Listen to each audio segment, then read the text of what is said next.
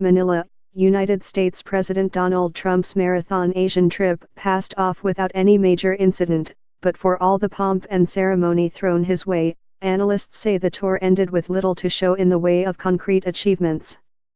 Regional leaders vied with each other during the five-nation sweep to fate a president known for his partiality to grand gestures of honor and respect.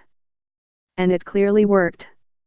It was red carpet like nobody, I think, has probably ever received, Mr. Trump said.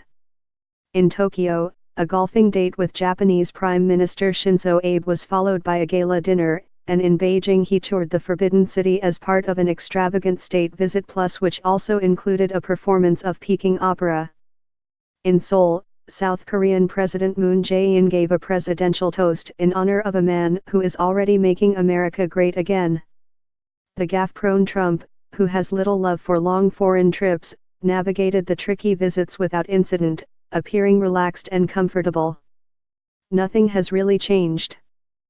From Tokyo to Manila via Seoul, Beijing, Da Nang and Hanoi, the 71-year-old president hammered out two priorities: increasing pressure on North Korea over its nuclear weapons program and pushing for better access to Asian markets for U.S. companies.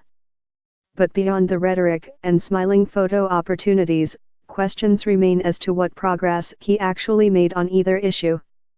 If you compare the before and after of Trump's Asia tour, nothing has really changed. On the issue of North Korea, Dr. Go Myung-hyun, an analyst at the Asan Institute for Policy Studies, a Seoul-based think tank, told AFP. Trump pushed Chinese President Xi Jinping to exert more pressure on North Korea to abandon its nuclear ambitions, but Beijing, Pyongyang's main trading partner, is sticking to its existing stance of limited sanctions, Dr. Go said. Some experts note, however, that the meeting between the presidents of the top two world powers could bear fruit in the medium term. Xi Jinping gave Trump a huge welcome. So China and U.S. relationship is relatively stable at the moment. Under such an atmosphere, Xi Jinping won't completely reject Trump demands, said Dr. Cheng Ziahe, Associate Professor of International Relations at Renmin University in Beijing. On the issue of trade, it was also unclear whether Trump, who has accused his Democrat and Republican predecessors of having failed for decades on international deals, managed to bag any major wins. Beijing announced it would be easing limits on foreign ownership in the financial sector, but numerous obstacles remain.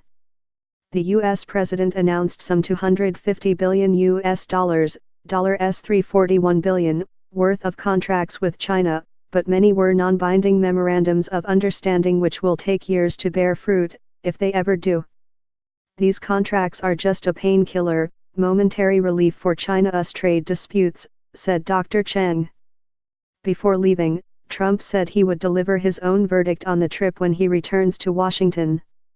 "We've made some very big steps with respect to trade, far bigger than anything you know," he said, without elaborating. U.S. looking backward.